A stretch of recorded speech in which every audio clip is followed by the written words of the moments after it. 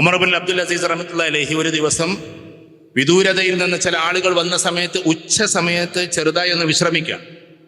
അദ്ദേഹത്തിന്റെ താരീഖിൽ നമുക്ക് കാണാം. ളുഹറിന് മുമ്പെയുള്ള ഖൈലൂലത്തിന്റെ ഉറക്കമാണ്. ആ സമയത്ത് വന്നവർ പരസ്പരം സംസാരിക്കാമെന്ന്, നമ്മൾ ഇത്ര ദൂരത്തുനിന്ന് വന്നിട്ടും ഇദ്ദേഹം ഇത്ര വലിയ ഭരണാധികാരിയായിട്ട് ഒന്ന് ഉറങ്ങുകയാണല്ലോ എന്നുള്ളതാണ്. 20 രാജ്യം ഭരിച്ചിരുന്ന ചക്രവർത്തിയായിരുന്നു ഉമർ റളിയല്ലാഹു തആല. അതിന്റെ പിൻഗാമിയാണ് സത്യത്തിലേത് ഈ രണ്ടാം ഉമർ എന്നറിയപ്പെടുന്ന ഉമർ ബിൻ അബ്ദുൽ അസീസ് റഹ്മത്തുള്ളാഹി അലൈഹി. നേരെ പിൻഗാമി അല്ലെങ്കിൽ മകളുടെ അന്ന് വെച്ച പാൽക്കാരി പെൺകുട്ടിയുടെ, ചരിത്രത്തിലേക്ക് പോകുമ്പോൾ വേറെ ഭാഗമാണ്, അദ്ദേഹത്തിന്റെ മകനാണ്. അപ്പൊ ഞാൻ പറഞ്ഞു വരുന്നത്, ഉമർ അബ്ദുൽ അസീസ് റഹ്മത്തുള്ളാഹി അലൈഹി കുറച്ച് കഴിഞ്ഞപ്പോൾ എഴുന്നേറ്റു. നിസ്ഫ് സാ എന്നാണ് ചരിത്രത്തിൽ കാണുന്നത്, ഒരു അരമണിക്കൂർ. ആ അരമണിക്കൂർ കഴിഞ്ഞ് എഴുന്നേറ്റപ്പോൾ ചോദിച്ച ചോദ്യം, എന്താ നിങ്ങൾ ഉറങ്ങുന്നത്, നിങ്ങൾ ഭരണാധികാരിയല്ലേ എന്ന്. ആ സമയത്ത് അദ്ദേഹം കൊടുത്ത മറുപടി, എനിക്ക് ഈ സമൂഹത്തോട് കടമയുണ്ട്, ഈ രാജ്യത്തോട് കടമയുണ്ട്, അള്ളാഹുവിനോട് അതിലും വലിയ കടമയുണ്ട്, എനിക്കെൻ്റെ കുടുംബത്തോടുള്ള കടമയുണ്ട്, എനിക്കെൻ്റെ തടിയോടുള്ള ശരീരത്തോടുമുള്ള കടമയുണ്ട്. എൻ്റെ ശരീരത്തോടുള്ള കടമയാണ് എന്ത്, രാത്രിയിൽ തഹജ്ജുദ് കൂടുതൽ നിസ്കരിക്കുന്നത് കൊണ്ട് ഖൈലൂലത്തിന്റെ ഒരു ഉറക്കം ചെറിയ രീതിയിൽ ഉറങ്ങുക എന്ന്. അപ്പൊ നമ്മുടെ ജീവിതത്തെ ഇങ്ങനെ സ്പ്ലിറ്റ് ചെയ്യണം. നമ്മൾ ഒരിക്കലും ഒരേ ട്രാക്കിലൂടെ പോകരുത്, നമുക്ക് മടുക്കും. സ്ത്രീകളോട് പറയാനുള്ളത്, എന്നും അടുക്കളയിൽ ഇങ്ങനെ ഭക്ഷണം ഉണ്ടാക്കരുത്, ഇടക്കൊന്ന് പുറത്തോട്ടും കഴിക്കണം എന്നാണ്. അത് ഏത് ഭക്ഷണം കഴിക്കണം എന്ന് നിങ്ങൾ തീരുമാനിച്ചു. പ്ലേറ്റിനോടും ഈ പറയുന്ന എന്താ പറയുക കയ്യിലിനോടും ചമ്മട്ടിയോടും അതിനോടും ഒക്കെ അസ്സലാമു അലൈക്കും എന്ന് പറഞ്ഞ ഒറ്റ പോക്ക് പുതിയാപ്പള്ളിനെ കൂട്ടി. അത് നമുക്ക് ഭയങ്കരമായിട്ടുള്ള ഒരു എന്ത് തരും, ഒരു നല്ലൊരു ഹാപ്പിനെസ് തരും. ഇടക്കൊക്കെ ഒരു മാറല്. എന്തിനാണ് ഈ കമ്പനികളിലൊക്കെ ഞായറാഴ്ച എന്ന് പറയുന്ന വെള്ളിയാഴ്ച ഏതെങ്കിലും ഒരു ദിവസം ലീവ് കൊടുക്കുന്ന, ആ ലീവിലേക്ക് ഇങ്ങനെ സ്റ്റാഫ് കാത്തിരിക്കുകയാണ്. ബാക്കിയുള്ള ദിവസം ഭയങ്കര എനർജി ആയിരിക്കും. അപ്പൊ ഞാൻ പറഞ്ഞു വരുന്നത്, നമ്മുടെ ജീവിതത്തെ ഇങ്ങനെ ചിട്ടപ്പെടുത്തുന്ന സമയത്ത് പ്രധാനപ്പെട്ട ഒരു ഭാഗമാണ് നമ്മൾ ബന്ധങ്ങൾ കൂട്ടിച്ചേർക്കുക. അത് വെറും കുടുംബക്കാരോട് മാത്രമല്ല, നാട്ടിലുള്ള ആകെയുള്ള 4 ഫ്രണ്ട്സിനോട് മാത്രമല്ല, ഒരുപാട് ബന്ധങ്ങളുണ്ടാകും. ആ ബന്ധങ്ങളിൽ ഏറ്റവും പ്രധാനപ്പെട്ടതാണ് ഇന്നലകളിലേക്കുള്ള തിരിച്ചുപോക്ക്. നമ്മളെ തറവാട് വീട്ടിൽ പോകുമ്പോൾ പണ്ട് കാലത്ത് നമ്മൾ കയറി മറിഞ്ഞിരുന്ന ഒരു പേരക്കമരം കാണും. ഞാൻ സൈക്കോളജി എപ്പോൾ പറഞ്ഞു, ഒരു പേരക്കമരം കാണുക എന്ന് പറഞ്ഞാൽ ആ പേരക്കമരം കാണലല്ല, ഓർമ്മകൾ ഇന്നലകളിലേക്ക് പോകുന്ന സമയത്ത് നമുക്കുണ്ടാകുന്ന ഒരു ഊർജ്ജമുണ്ട്. അപ്പൊ നമുക്ക് ഉമ്മയെ ഓർമ്മ വരും, ഉമ്മയുടെ കഞ്ഞി ഓർമ്മ വരും, ഉമ്മയുടെ പ്ലാവിലെ ഓർമ്മ വരും, ചിരട്ട ഓർമ്മ വരും, അന്ന് കളിച്ചിരുന്ന കൂട്ടുകാരന്റെ ആ ഓർമ്മകൾ കടന്നു വരും, രണ്ടാളും കൂടി വീണത് ഓർമ്മ വരും. എന്നിട്ട് ഇങ്ങനെ നിൽക്കുക. നമ്മൾ എത്ര വലിയ പ്രതാപിയായാലും എത്ര വലിയ ഉയരങ്ങളിലായാലും. അതുകൊണ്ടാണ് എഴുത്തുകാർ, ഞാൻ അങ്ങനെ പറയല്ല, ഇസ്ലാമികപരമായി അതിന്റെ വ്യാഖ്യാനങ്ങൾ വരെ, എഴുത്തുകാർ എന്ന് പറയുന്ന ആളുകൾക്ക് കുറച്ച് ആയുസ് കൂടുന്നത്. കാരണം അവർ ഇന്നലകളെ കുറിച്ചാണ് കൂടുതൽ എഴുതുക. നിങ്ങൾ MTയുടെ കഥ എടുത്ത് നോക്കിയാൽ കൂടുതലും ഇന്നലകളെ കുറിച്ചാണ് എഴുതിയത്. നിങ്ങൾ ഷേക്സ്പിയർ, ലോകത്തിലെ ഏറ്റവും വലിയ സാഹിത്യകാരൻ എന്നറിയപ്പെടുന്ന ഷേക്സ്പിയറാണ്. അദ്ദേഹത്തിന്റെ tragedy, comedy, comic tragedy, tragic comedy complete ഇന്നലകളെ കുറിച്ചാണ്. ഏതോ നൂറ്റാണ്ടുകൾക്കപ്പുറം കഴിഞ്ഞു പോയിട്ടുള്ള ഈ പറയുന്ന ഇറ്റലി എന്നറിയപ്പെടുന്ന റോമിന്റെ കഥാപാത്രങ്ങളാണ് അദ്ദേഹത്തിന്റെ കഥകളിൽ കൂടുതലും. ഈ പറയുന്ന മാർക്ക് ആന്റണി, അതേപോലെ തന്നെ ജൂലിയസ് സീസർ, ക്ലിയോപാട്ര, ഇവരൊക്കെ ക്രിസ്തുമേക്കാൾ മുമ്പ് ജനിച്ചു മരിച്ചുപോയവരാണ്. BC ആണ് അവരൊക്കെ. മാർക്ക് ആന്റണി BC-യിലാണ്, ബിഫോർ ക്രൈസ്റ്റ്. അഥവാ ഈസാ അലൈഹി സ്വലാത്തു വസ്സലാം ജനിക്കുന്നതിന് മുമ്പേ. നിങ്ങൾ നോക്കി എടുത്ത് സെർച്ച് ചെയ്ത് ഇങ്ങനെ പോകണം, അപ്പോഴേ മനസ്സിലാവുള്ളൂ. യേശു ജനിക്കുന്നതിനേക്കാളും ഒരുപാട് വർഷങ്ങൾക്ക് മുമ്പേ ജനിച്ചു മരിച്ചുപോയ ഒരാളുടെ പേരാണ് ആര്? മാർക്ക് ആന്റണി. ആ കഥാപാത്രങ്ങളൊക്കെ വലിച്ചിഴച്ച് കൊണ്ടുവരുന്നത് ഇന്നലെയുടെ ലോകത്തെ കുറിച്ചിട്ട് പറയാന്. ഞാൻ പറഞ്ഞു വരുന്നത്, നമ്മൾ ഇന്നിവിടെ കൂടുന്നത് ക്രസന്റ് അലൂമിനി എന്ന രീതിയിൽ കൂടാൻ വേണ്ടി മാത്രമല്ല, ഇത് നമുക്ക് വേണ്ടിയിട്ടും കൂടിയാണ് എന്ന് പറയാനാണ്. നമ്മൾ ഇന്നലകളിലേക്ക് പോവുക, വല്യമാനെ കാണാൻ പോവുക, വല്യമാന്റെ കഥകൾ കേട്ടിരിക്കുക, അവരുടെ അന്നത്തെ കാലത്തെ വിവാഹത്തെക്കുറിച്ച് കേട്ടിരിക്കുക. ഇത് നമുക്ക് കൂടുതൽ സന്തോഷങ്ങൾ ഉണ്ടാക്കിക്കൊണ്ടേയിരിക്കും. ഇനി ചിലപ്പം ആരെങ്കിലും ഇവിടെ ഉണ്ടാവൂല കേട്ടോ, എന്നാലും പറയാ, ഈയും വായോ എന്ന് പറഞ്ഞപ്പോ ഞാൻ എന്തിനാ വരുന്നത്, നിങ്ങളതല്ലേ ക്രസന്റ്, നിങ്ങൾ പഠിച്ച സ്ഥാപനല്ലേ എന്ന് പറഞ്ഞ് ഏതെങ്കിലും ഒരു പെൺകുട്ടി ഈ കൂട്ടത്തിൽ ഉണ്ടാവും. മേ ബി ഉണ്ടാകാം. എനിക്കിവിടെ ഒരുപാട്, ഞാൻ നേരത്തിനോടക്ക് പോയിക്കോളാം, നിങ്ങൾ ഇന്ന് ക്രസന്റേക്ക് പോയിക്കോളി എന്ന് പറഞ്ഞ് ആരൊക്കെ ചിരിക്കുന്നുണ്ട്. ഏതൊക്കെയോ ആൾക്കാർ നേരത്തിനോട് പോകാൻ പ്ലാൻ ഇട്ടിരുന്നു. അപ്പൊ ഇവിടെ ഭർത്താക്കന്മാർ പഠിച്ചിട്ടുള്ള സ്ഥാപനത്തിന്റെ ഇന്നലെയുടെ കഥ പറയുന്നിടത്തേക്ക് ചൊല്ലുക എന്നത് നമ്മളും ആ ഓർമ്മയിലേക്ക് സഞ്ചരിക്കലാണ്. അയാൾ ഒറ്റയ്ക്ക് എത്ര പറഞ്ഞെന്നാലത് മനസ്സിലാവില്ല. ഇത്രയും കാലം പ്രസംഗിച്ചിട്ട് തീരെ നേരാവാത്ത ഒരു സാധനത്ത് മാത്രമാണ്. അപ്പൊ ഞാൻ പറഞ്ഞതെന്തെന്ന് വെച്ചാൽ, നമ്മെ സംബന്ധിച്ചിടത്തോളം ആ ഇന്നലെയുടെ ഓർമ്മയിലേക്ക് നമ്മൾ തിരിച്ചു പോകല. അതുകൊണ്ടാണ് ഇതൊരു ആസ് എ ഫാമിലി ഒരു മെഗാ അലൂമിനി മീറ്റായിട്ട് നടത്തുന്നത്. ഏറ്റവും കൂടുതൽ അറ്റാക്ക് വന്നിട്ട് മരിക്കുന്നത് ആണുങ്ങളാണെന്നാണ് കണക്ക്. ആണുങ്ങൾ അത്ര മരിക്കുന്നില്ല പെണ്ണുങ്ങൾ എന്നാണ്. കാരണം പെണ്ണുങ്ങൾ കരയുന്നുണ്ട്, വേറുള്ളവരോട് പറയുന്നുണ്ട്, ആരോടെങ്കിലുമൊക്കെ പറഞ്ഞത് തീർക്കുന്നുണ്ട്. പക്ഷെ ആണത് ഇങ്ങനെ ഉള്ളിലിങ്ങനെ കൊണ്ടെടുക്കാം. അവന് കടമുള്ളത്, പ്രയാസമുള്ളത്. അങ്ങനെ ആർക്കെങ്കിലും സ്ട്രെസ് ഉണ്ടെങ്കിൽ വേഗം കൂടെ കൂട്ടുന്നത് ഫ്രണ്ട്സിനെയാണെന്നാണ്. അവരതിന് പരിഹാരം പറഞ്ഞുതരും. നല്ല ഫ്രണ്ട്സ്. ചിലപ്പോൾ കുടുംബത്തിലെ ആൾക്കാർ അത്രമാത്രം ഒന്നും പറഞ്ഞുതരില്ല. കുടുംബത്തിൽ മേ ബി ചിലപ്പോൾ അസൂയുള്ളവരുണ്ടാകും, കുനിഷ്ഠമുള്ളവരുണ്ട്. നമ്മളെ സുഹൃത്തുക്കൾ എന്ന് പറഞ്ഞാൽ നമുക്ക് എന്തിനും വേണ്ടിയിട്ടുള്ളവരാണ്. എനിക്ക് ഈ കുട്ടികളൊക്കെ ആ കാര്യത്തിൽ ഭയങ്കര ഇഷ്ടം. അവിടെയുള്ള പഠിക്കുന്ന മക്കളുണ്ടല്ലോ, +2 ഡിഗ്രിയും PG യും, അവരുടെയൊക്കെ ഫ്രണ്ട്സ് എന്ന് പറഞ്ഞാൽ കട്ട ഫ്രണ്ട്സ്. അവർക്ക് എന്തെങ്കിലും ഒന്ന് വന്നിട്ടുണ്ടെങ്കിൽ ഓടി അങ്ങോട്ട് കൂടും. ഞാൻ നാളെ തൃശ്ശൂരിൽ ഒരു സ്കൂളിൽ പിന്നെ ഇതിനു വേണ്ടി പോയത് പാരന്റ്സ് മീറ്റിന് വേണ്ടി പോയപ്പോ പറഞ്ഞൊക്കെ കഴിഞ്ഞിട്ട് ഒരാൾ വന്നിട്ട് മൈക്ക് എടുത്തിട്ട്, അപ്പൊ ഒരു പാരന്റ് വന്നിട്ട് ഉറക്കെ പറഞ്ഞ്, അയാൾ കരയുന്നുണ്ട്. അയാളുടെ പെങ്ങളെ കുട്ടി അവിടുന്ന് ആക്സിഡന്റ് ആയ സമയത്ത് അവർക്ക് പൈസ ഒന്നുമില്ല കയ്യിൽ. ആക്സിഡന്റായി ആശുപത്രിയിലായി. അപ്പൊ അതേ സ്കൂളിലെ 1000-ഓളം കുട്ടികള് സാറന്മാര് പോലും അറിയാതെ നടത്തിയ പിരിവെന്നാണ് അത്ര ആശുപത്രിയിലെ മുഴുവൻ ചെലവും എടുത്തത്. അദ്ദേഹം പറയാം. ഇതുകൊണ്ടൊരു കാര്യം കൂടി അദ്ദേഹം പറഞ്ഞു. എന്നിട്ട് ഏതോ ഒരാൾ ആശുപത്രിയിൽ വന്നപ്പോ ഏതോ ഒരു ദീനുള്ള ഒരു ഉസ്താദായിരിക്കാം, അദ്ദേഹം പറഞ്ഞത്രേ, കുറെ തവണ 70,000 പ്രാവശ്യം അത് ചെല്ലാൻ തന്നെ വലിയ പണിയാണ്. അല്ലാഹുമ്മ അദ്ഹിബിൽ ബഅസ റബ്ബന്നാസ് വശ്ഫി അൻത ഷാഫി ലാ ശിഫാ ഇല്ലാ ശിഫാഉക ശിഫാഅൻ ലാ യുഗാദിറു സഖമ. വ്യക്തമായ ഹദീസിൽ രോഗം മാറാൻ വേണ്ടിയിട്ടുള്ള പ്രാർത്ഥനയാണ്. അത് 70,000 പ്രാവശ്യം ചെല്ലണം എന്ന് ആരോ പറഞ്ഞെടുത്തത്. അപ്പൊ അദ്ദേഹം പിന്നെ കരച്ചിൽ കുറച്ച് കൂട്ടിയിട്ട് പറയാണ്, ഹൈന്ദവ കുട്ടികൾ വന്നിട്ട് പറയണം അത്ര, അത് ഞങ്ങൾക്ക് മലയാളത്തിൽ എഴുതി തരും, അവന് വേണ്ടി ഞങ്ങളും പ്രാർത്ഥിച്ചോളാം. അതാണ് ഫ്രണ്ട്സ്, അതാണ് സുഹൃത്തുക്കൾ. അപ്പൊ സുഹൃത്തുക്കൾ എന്ന് പറഞ്ഞാൽ അതൊരു ചെറിയ കാര്യമല്ല. ഇപ്പൊ ഇവിടെ ഫാറൂഖ് സാഹിബ് ഇരിക്കുന്നു, മറ്റു പലരും ഇരിക്കുന്നു. അങ്ങനെ ഇരിക്കുന്ന ആളുകൾക്കറിയാം, ദൂര സ്ഥലത്തേക്ക് പോകുമ്പോൾ നമ്മൾ ആദ്യം ഫ്രണ്ട്സിനെ വിളിക്കാം. ഇപ്പൊ ഞാൻ കതിരൂർ ഭാഗത്തേക്ക് പോകുമ്പോൾ ഫാറൂഖ് സാഹിബിനെ വിളിക്കും, വേറെ ഏതെങ്കിലും വയനാട്ടിലേക്ക് പോണ സമയത്ത് വേറെ ആൾക്കാരെ വിളിക്കും. അങ്ങനെ ഓരോ സ്ഥലത്തേക്ക് പോകുമ്പോൾ നമ്മൾ ഫ്രണ്ട്സ് അവിടെ ഉണ്ടാവും. അത് നമുക്കൊരു ബലമാണ്. അങ്ങനെ ബന്ധങ്ങൾ ഇങ്ങനെ ഉണ്ടാക്കി പോകും. അപ്പൊ ഇവിടെ വന്നിട്ട് സത്യം പറഞ്ഞാൽ നമ്മളൊക്കെ പുതിയാപ്പിളാര് പല വർഷങ്ങളിലായിട്ട് ഇവിടെ പഠിച്ചവരായിരിക്കും. പക്ഷെ നമ്മൾ ആ ചെയറിൽ വന്ന് ഇങ്ങനെ ഇരിക്കണ്ട. അപ്പുറത്തൊരു സീൻ ഉണ്ടാവും, നിങ്ങൾ ആരെ പുതിയണ്ണാണ്, അല്ലെങ്കിൽ നിങ്ങൾ ആരതാണ്, നിങ്ങൾ ഇവിടെ പിന്നെ പഠിച്ച ആര ഭാര്യയാണ് എന്നൊന്ന് ചോദിച്ചറിയലുണ്ടല്ലോ, അതൊന്നും ചിലപ്പോൾ ഉണ്ടാവില്ല. ബന്ധങ്ങളില്ലാതെ നമ്മൾ പോവും. ഇപ്പൊ ട്രെയിനിൽ ഇങ്ങനെ പോകുമ്പോൾ തിരുവനന്തപുരം വരെ പോയാലും ആൾക്കാർ പരസ്പരം മിണ്ടൂല. നേരെ മറിച്ച് മിണ്ടിക്കഴിഞ്ഞാലോ അയാൾ ചിലപ്പോൾ നമ്മളെ ഭയങ്കര ഫ്രണ്ടായി മാറും പിന്നീട്. അത് നമ്മളെ സംബന്ധിച്ചിടത്തോളം എപ്പോഴും ഇങ്ങനെ പരിചയപ്പെട്ട ആളുകളോട് സംസാരിച്ച് പോവാന്നുള്ളത്. ചില ആളുകൾക്ക് അതിന്റെ ബാഹുല്യം കാരണത്താൽ ഒരുപാട് ആളുകൾ ഫ്രണ്ട്സ് ഉണ്ടായത് കൊണ്ട് മെയിൻറ്റെയിൻ ചെയ്യാൻ പറ്റൂല എന്നേ. അപ്പൊ അങ്ങനെ ഒരു സുഹൃത്തു ബന്ധത്തിന്റെ വല്ലാത്തൊരു ഭാഗം കൂടിയാണ് ഈ അലൂമിനി. ഇവിടെ ക്രസന്റിന്റെ അലൂമിനി, സാധാരണ സ്കൂളുകളിലേക്കുള്ള അലൂമിനി പല രീതിയിലും ഡൈവേർട്ട് ചെയ്ത് പോകാറുണ്ട്. ഇവിടെ അതല്ലല്ലോ നടക്കുന്നത്. ഇവിടെ നിങ്ങൾ ലക്ഷ്യം വെക്കുന്നത് മനുഷ്യരെ സ്നേഹിക്കുക, മനുഷ്യർക്ക് സഹായം ചെയ്യുക. ഞാനിതാ ഇതൊക്കെ നടത്തിയിട്ടുള്ള ഫാറൂഖ് സാഹിബൊക്കെ നടത്തിയിട്ടുള്ള പരിപാടിയിൽ പങ്കെടുത്തു എന്ന് പറഞ്ഞാൽ, ഒന്ന് വയനാട്ടിലാണ്, അവിടെ ഒലിച്ചുപോയ ആളുകളെ ഏറ്റെടുക്കുക, അവർക്ക് വിദ്യാഭ്യാസം കൊടുക്കുക, അങ്ങനത്തെ പരിപാടിയിലാണ് പോയത്. അദ്ദേഹത്തിന്റെ നാട്ടിലും പോയി ഇതേമാതിരി വിദ്യാഭ്യാസപരമായിട്ടുള്ള പുരോഗതിക്ക് വേണ്ടിയിട്ട് അവർ ചെയ്യുന്ന കുറെ കാര്യങ്ങൾ ക്രസന്റും കൂടി ഒരുമിച്ച് കൂടിയിട്ട് അത് ചെയ്യുന്നത്. അപ്പൊ ഞാൻ പറഞ്ഞു വരുന്നത്, നമ്മൾ ഇന്നിവിടെ കൂടിയിട്ടുള്ളത് നമ്മുടെ ജീവിതത്തിന്റെ ചില ഭാഗങ്ങൾ പൂർത്തിയാക്കാൻ കൂടിയാണ്. ഞാനിത് കയ്യെ പിടിച്ച് സംസാരിക്കാതെ നല്ലത്.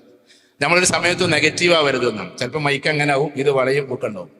അപ്പൊ ഞാൻ പറഞ്ഞു വരുന്നത്, നമ്മളെ സംബന്ധിച്ചിടത്തോളം നമുക്ക് ഏറ്റവും പ്രധാനപ്പെട്ട, ഇങ്ങനെ സംസാരിക്കൊണ്ട് കുഴപ്പമൊന്നുമില്ല കേട്ടോ, സ്റ്റാൻഡ് വേണമെന്നൊന്നുമില്ല. ഞാൻ ഇങ്ങനെ സംസാരിക്കുന്ന ഒരാൾ കൂടിയാണ്. ഞാൻ അങ്ങോട്ട് ഇറങ്ങാൻ വയ്യാന്നുണ്ട്. വയ്യായി അല്ല, ഇറങ്ങണ്ടെന്ന് വിചാരിച്ചു. അപ്പൊ നമ്മെ സംബന്ധിച്ചിടത്തോളം ഏറ്റവും പ്രധാനപ്പെട്ട ഒരു കാര്യം, നമ്മൾ ജീവിതത്തിൽ ഒരു ഒരുമയോട് കൂടിയിട്ട് ഒറ്റപ്പെടാതിരിക്കുക എന്നത്. ഒറ്റപ്പെട്ടാൽ ഒന്നും നമുക്ക് സാധിക്കില്ല. ഒരു വീട് എപ്പോഴും സന്തോഷകരമായി പോകണമെങ്കിൽ എന്താ ചെയ്യണ്ടേ? ഇത് കംഫർട്ടാണ്, ഇതെടുത്തോളൂ. അപ്പോ എന്താ നമ്മൾ ചെയ്യണ്ടേ? വീടിനെ സംബന്ധിച്ചിടത്തോളം എപ്പോഴും അമ്മായിമ്മയും മരുവോളും എല്ലാവരും കൂടിയാണ്ട് ഫ്രണ്ടാകുക എന്നുള്ളതാണ് ആകെ വീട് ശരിയാക്കാനുള്ള ഏക പരിപാടി. അമ്മായിമാനോട് മുണ്ടാതെ അടക്കുക, അമ്മായിമ്മ ഇങ്ങോട്ട് മുണ്ടതിനനുസരിച്ച് അങ്ങോട്ട് മുണ്ടാന്നൊക്കെ വിചാരിച്ചാൽ കാര്യം നടക്കില്ല. അറബിയിലൊരു പാട്ടാണ്, ഒരു നാത്താണ്. എങ്ങനെയാണോ ഭാര്യ നീ ഉള്ളത് അതേ രീതിയിൽ ഞാൻ നിന്നെ സ്നേഹിക്കുന്നു എന്നാണ്. ഒരാളെ മാറ്റിയിട്ട് സ്നേഹിക്കാനൊന്നും പറ്റൂല. അങ്ങനെയുണ്ടല്ലോ. ലോകത്തിൽ ഒരാളെ മാറ്റിയിട്ട് നമുക്ക് സ്നേഹിക്കാൻ പറ്റൂല. എങ്ങനെയാണോ ഉഹിബ്ബുക്കി അൻതി സൗജതി കൈഫമാ കുൻതി, നീ എങ്ങനെയാണോ ഉള്ളത് അതേപോലെ. യുഎഇയിലെ ഏറ്റവും പ്രശസ്തനായിട്ടുള്ള ഒരു ഗായകനുണ്ട്, അഹമ്മദ് ബുഖാത്തിർ എന്ന് പറയും, അദ്ദേഹത്തിന്റെ പാട്ടാണ്. അപ്പൊ ഞാൻ പറഞ്ഞു വരും, ഏത് രീതിയിലാണോ നീ ഇപ്പോൾ ഉള്ളത് ആ രീതിയിൽ ഞാൻ നിന്നെ സ്നേഹിക്കുന്നു. ഒരു പക്ഷേ ശുണ്ഠിക്കാരിയാകാം, ശാഠ്യക്കാരിയാകാം, ചിലപ്പോ നമ്മൾ കുറ്റപ്പെടുത്തുന്ന ആളാകാം. അതിനൊക്കെ ഒരു ടൊണാലിറ്റി കൊണ്ടുവന്നിട്ട് അയാളെ മനസ്സിലാക്കിയിട്ട് അയാളെ റിത്തമിലേക്ക് കൊണ്ടുവരല്ലാതെ അയാൾ മാറിയിട്ട് നമുക്ക് മാറാന്ന് വിചാരിച്ചാൽ നടക്കില്ല. നമ്മളെ എളാപ്പ മൂത്താപ്പാരടിക്ക് എല്ലാം എന്തായിരിക്കും, ഒന്നും അലക്കുകയാണെങ്കിൽ ഒന്നും അരല്ലായിരിക്കും, ഇങ്ങനെ ആയിരിക്കും ഉണ്ടാവുക. ഞാൻ തമാശ പറയാണ്. അപ്പൊ എല്ലാവരും മാറ്റിയിട്ട് എന്താക്കാൻ കഴിയില്ല, നമുക്ക് മാറാൻ കഴിയില്ല. നമ്മളതിനനുസരിച്ച് ഇങ്ങനെ ടോണ് മാറ്റിക്കൊണ്ടിരിക്കാന്നുള്ളത്. ഈ ലോകത്തിലെ എല്ലാ പ്രസ്ഥാനക്കാരെയും എല്ലാവർക്കും നേരാക്കാൻ പറ്റൂല. എല്ലാവരോടും നല്ല രീതിയിൽ നിൽക്കുക എന്നുള്ളതാണ്. ഞാനതാ പഠിച്ചിട്ടുള്ളത്. ഞാൻ ഒരു പ്രസ്ഥാനക്കാരെ ഞാൻ കുറ്റപ്പെടുത്താറില്ല. എല്ലാവരും പരിപാടിക്ക് ഞാൻ പോവുകയും ചെയ്യും. അപ്പൊ നിങ്ങൾക്ക് പ്രത്യേക ഒരു ആദർശം ഇല്ല എന്ന് വെച്ചാൽ നമുക്കൊരു ആദർശം ഉണ്ടാവും. ആദർശത്തിലൂടെ നമ്മൾ പോണത്. പക്ഷെ അതുകൊണ്ട് കലാപം ഉണ്ടാക്കാൻ ഞാനില്ല. അപ്പൊ ഞാൻ പറഞ്ഞ എന്നെ കുറിച്ചിട്ടല്ല. നമ്മൾ അങ്ങനെ ആളുകളോട് ബന്ധങ്ങൾ നിർത്തുമ്പോൾ അയാൾ എങ്ങനെയാണോ അതിനനുസരിച്ച് നമ്മൾ എന്താക്കണം, ഒന്ന് മാറേണ്ടി വരും. അപ്പൊ അദ്ദേഹം സ്നേഹിക്കുന്ന ആളുകൾ ഉണ്ടാവും, അവരെ നമ്മൾ കുറ്റപ്പെടുത്താതിരിക്കുക. അങ്ങനെ വിശ്വാസമയുടെ കൽപ്പനയാണ്. ഒരാൾ ആദരിക്കുന്ന ഒരാളെ നമ്മൾ അനാദരവ് കാണിക്കരുത്. കാരണം ആ ആളെ ആദരിക്കുന്ന ഒരാളാണത്. അപ്പൊ നമ്മെ സംബന്ധിച്ചിടത്തോളം ഇങ്ങനെ സ്നേഹബന്ധങ്ങൾ നിലനിർത്താൻ വേണ്ടിയിട്ടാണ് നമ്മൾ ഇവിടെ ഇങ്ങനെ കൂടിയിട്ടുള്ളത്. ഒന്ന്. നമ്പർ 2, നമ്മൾ ഇന്നലകളിലേക്ക് ഒരു തിരിച്ചുപോക്കാണ്. ഇവിടെ ഇപ്പോ ക്രസന്റിന്റെ ഞാനിങ്ങനെ ആലോചിച്ചു, ഇത് സത്യത്തിൽ ഒരു ഹാളിൽ വെച്ച് നടത്തേണ്ട പരിപാടിയല്ല. പിന്നെ ഈ കുടുംബം എല്ലാവരും കൂടി ഉണ്ടായത് ഒരു സൗകര്യത്തിന് ഇങ്ങോട്ട് വെച്ചതായിരിക്കാം. ഇത് സത്യത്തിൽ വെക്കേണ്ടത് നിങ്ങളുടെ ക്രസന്റിന്റെ മുറ്റത്താണ്, ആ പഴയ ക്ലാസ് റൂമിന്റെ ഭാഗത്തിലൂടെയാണ്. ഞാൻ എൻ്റെ അഭിപ്രായം പറയാനായിട്ട് ആർക്കും എന്നോട് ദേഷ്യം തോന്നരുത്. കാരണം പഴയ മൂലകൾ, ഞാൻ ചെറുലാല സ്കൂളിൽ ഇടക്കൊക്കെ പരിപാടിക്കും. പരിപാടി കഴിഞ്ഞാൽ ഷാഫി അവിടുത്തെ മാനേജറുണ്ട്, പിന്നെ നൗഷാദ്, പിന്നെ അപ്പൊ അവരെന്ത് ചെയ്യുന്നതാണ്, ഷാനവാസ് എൻ്റെ കൂടെ വരും. ആ പഴയ മൂല അങ്ങനെ തന്നെയുണ്ട്. നമ്മൾ കോട്ടി കളിച്ചിരുന്ന മൂല, നമ്മൾ പട്ടം പറത്തിയിരുന്ന മൂല, നമ്മൾ ഗ്രൗണ്ടിലേക്ക് ചാടിയിരുന്ന മൂല, അതൊക്കെ ഇപ്പോഴും അങ്ങനെ തന്നെ ഉണ്ട്. ആരും ഇല്ലെങ്കിൽ ഒന്നും കൂടി ചാടാൻ വേണ്ടി നമ്മൾ നോക്കുകയും ചെയ്യും. ആ പഴയ ഓർമ്മയിലേക്കുള്ള തിരിച്ചുപോക്കാണ്. അപ്പൊ നമ്മെ സംബന്ധിച്ചിടത്തോളം ക്രസന്റിന്റെ മുറ്റം, അവിടുന്ന് ഒരുപാട് നെഗറ്റീവുകൾ ഉണ്ടായിട്ടുണ്ടാവും, അത് നമ്മൾ കാണണമല്ലോ. ആ നെഗറ്റീവുകൾ ഒന്നും എന്താക്കിയത് ഇപ്പൊ നമ്മൾ അലോസരപ്പെടുത്തരുത്.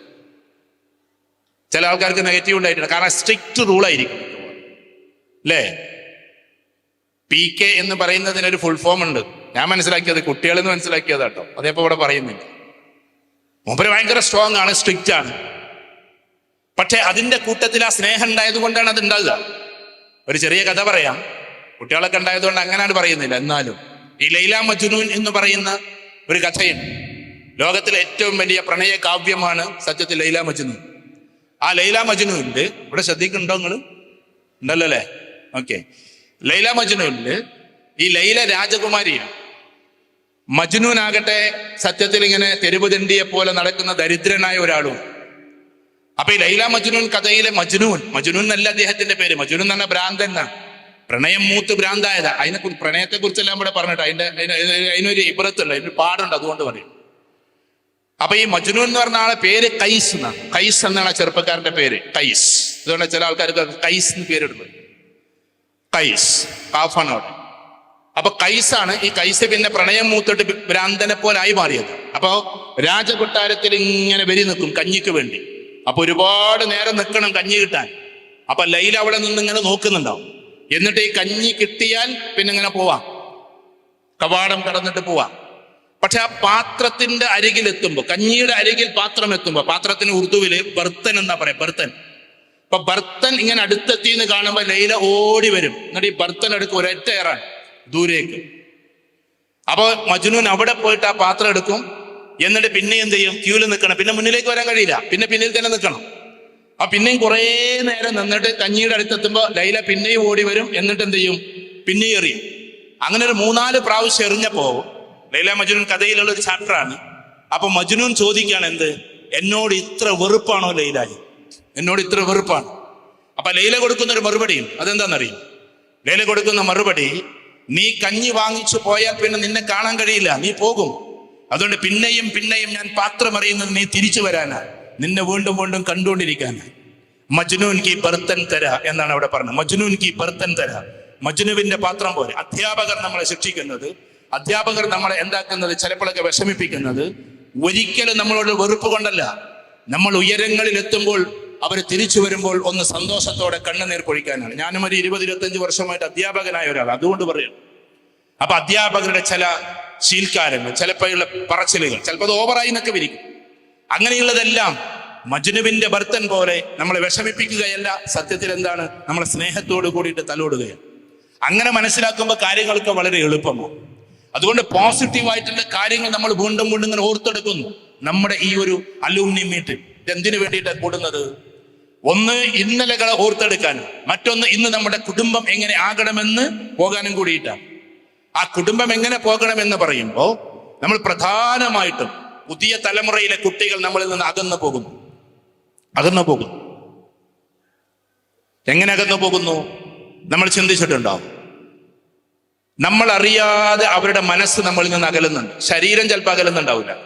നിങ്ങൾ എത്ര വിളിച്ചാലും, കോളിംഗ് ബെല്ല് നെക്കിയാലും, ചോറ് കഴിക്കാൻ വാടാ എന്ന് ഒരുപാട് വട്ടം വിളിച്ചാലും മേലാപ്പിൽ നിന്ന് ഇറങ്ങി വരാത്ത കുട്ടികളുണ്ട് വീട്ടിൽ.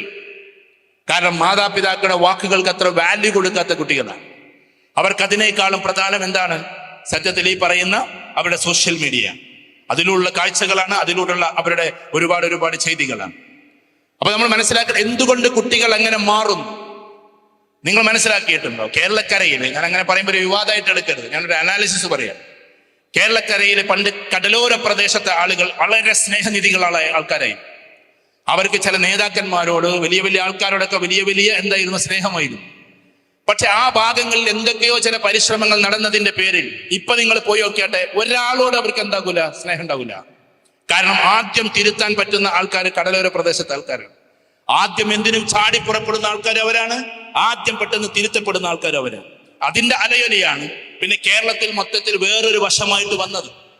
അഥവാ നേതാക്കന്മാർ എന്ന് പറഞ്ഞ കൾട്ട് ഉണ്ടല്ലോ, അത് തകർന്നു പോകണം. അത് തകർന്നാൽ പിന്നെ എന്താകും, എല്ലാവരും സ്കാറ്റേർഡ് ആകും. സ്കാറ്റേർഡ് ആയി കഴിഞ്ഞാൽ പിന്നെ പറഞ്ഞാൽ കേൾക്കാൻ ആൾക്കാരുണ്ടാവില്ല. അപ്പൊ ഒന്നിന്റെ കീഴിൽ നിൽക്കുക എന്ന് പറയുന്ന ഒരു സാധനം നഷ്ടപ്പെട്ടു. ഞാൻ പറയുന്നത് പൊളിറ്റിക്സ് അല്ല, ഞാൻ പറയുന്നത് കേരളത്തിന്റെ സംസ്കാരം മാറാൻ പോകുന്നു എന്ന്. നിങ്ങൾ നോക്കിക്കോ, വ്യത്യസ്തമായ ധ്രുവങ്ങളിൽ നിന്നുകൊണ്ട് ഒരാൾ പറയുന്ന ഒരു അവസ്ഥ കേൾക്കാൻ പറ്റുന്ന ഒരു അവസ്ഥയിലേക്ക് ഇനി കേരളത്തിലെ മുസ്ലിം ജനത എത്തില്ല. ആ കൾട്ടുകളെ തകർത്തുകൊണ്ടേയിരിക്കും. അതിൽ ചില പൊളിറ്റിക്സ് ഉണ്ടാവും, ചില രീതികളൊക്കെ ഉണ്ടാവും. അപ്പൊ ആ ഒരു അവസ്ഥയിൽ നമ്മുടെ വീട്ടിന്റെ ഉള്ളിലേക്കും എന്ത് വന്നിട്ടുണ്ട്, ആ പഴയ രീതിയിലുള്ള ഫാദർ എന്ന കൾട്ടിനെ, മദർ എന്ന കൾട്ടിനെ കുട്ടികൾ ഇങ്ങനെ അറിയാണ്ട് തകർത്തുകൊണ്ടിരിക്കുകയാണ്. എന്തിനു വാപ്പ പറയുന്ന അത്രമാത്രം കേൾക്കണം, എന്തിനു ഉമ്മ പറഞ്ഞ അത്രമാത്രം. ഞാൻ കൗൺസിലിംഗിൽ മനസ്സിലാക്കുന്ന, ഞാനിപ്പോ കൗൺസിലിംഗ് അധികം ചെയ്യാറില്ല, എന്റെ അസിസ്റ്റന്റുമാർ കുറെ ആൾക്കാരുടെ ചെയ്യുന്നവർ. അപ്പൊ അവർ ചെയ്തിട്ട് അതിന്റെ റിപ്പോർട്ട് എൻ്റെ അടുത്ത് വരും. വളരെ നിർണായകമായത് മാത്രമേ നമ്മൾ ഏറ്റെടുക്കൂ. അപ്പൊ അതിൽ നമ്മൾ മനസ്സിലാക്കുന്നത് പുതിയ കുട്ടികൾക്ക് എന്തില്ല, പഴയ രീതിയിലുള്ള. നിങ്ങൾ കണ്ടിട്ടുണ്ടോ പഴയ കാലത്ത്? ഇപ്പോ അസീസിന്റെ ഇപ്പൊ കുഞ്ഞു മുസ്ലിയാർ, എനിക്കെല്ലാം ഓർമ്മയുണ്ട്, നിങ്ങൾക്കൊക്കെ പരിചയമുണ്ട്, MK ബാബ സാഹിബിന്റെ കൂപ്പ. അദ്ദേഹം പാടത്തിന്റെ അപ്പുറത്തുനിന്ന് വരുമ്പോ പാടത്തിന്റെ ഇക്കരയില്ല, പാടത്തിന്റെ അപ്പുറത്തുനിന്ന് വരുന്നുണ്ടാവുള്ളൂ. അപ്പോഴേക്കും ഞങ്ങൾ ഇവിടെ എഴുന്നേറ്റ് വെക്കും. കാരണം ആ മനുഷ്യനോട് അത്ര ആദരമായിരുന്നു ഞങ്ങൾ. അതേപോലെ ഞങ്ങളൊക്കെ പഠിപ്പിച്ചത് അബൂബക്കർ ഫൈസി, ഭയങ്കര രസകരമായിട്ട് നിമിഷ കവി എന്നാ ഞങ്ങൾ പറയാം. നിമിഷ കവി ഭയങ്കര രസകരമായിട്ട് ഇങ്ങനെ കവിതകൾ പെട്ടെന്ന് ഉണ്ടാക്കി പാടിക്കൊണ്ടിരിക്കും. മലയാളത്തിൽ ഇതിലൊക്കെ പറയും. ഒരിക്കലും ചക്കക്കുരു കൊടുന്ന ലൈല എന്ന് പറഞ്ഞൊരു പെൺകുട്ടിക്ക് അല്ല ഓർമ്മയും, ചക്കക്കുരു ചുട്ടുകൊണ്ടെന്നാണ്. അപ്പൊ അദ്ദേഹം പെട്ടെന്ന് ആ ചക്കക്കുരു തിന്നുകാണ്ട് പാടിയത് എന്താണെന്നറിയോ? യാ സാഹിബി ലാ തഅകുലു ചക്കക്കുരു മിമ്പത്തിന് ചടപെട്ട് നാശമാണ് അക്കുടു എന്നാണ്. യാ സാഹിബി, എന്റെ പ്രിയപ്പെട്ട കൂട്ടുകാരെ, എന്താണ്?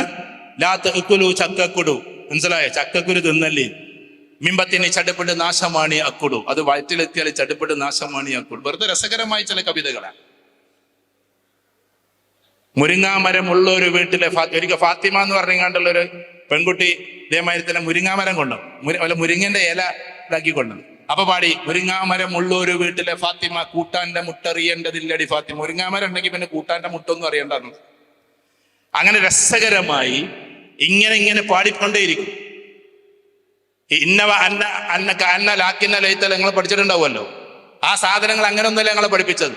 ഇസ്മിന് നസബും ഖബറിനക്ക് റഫഉം ചെയ്യുന്ന ഹറഫുകൾ സിത്തത്ത്.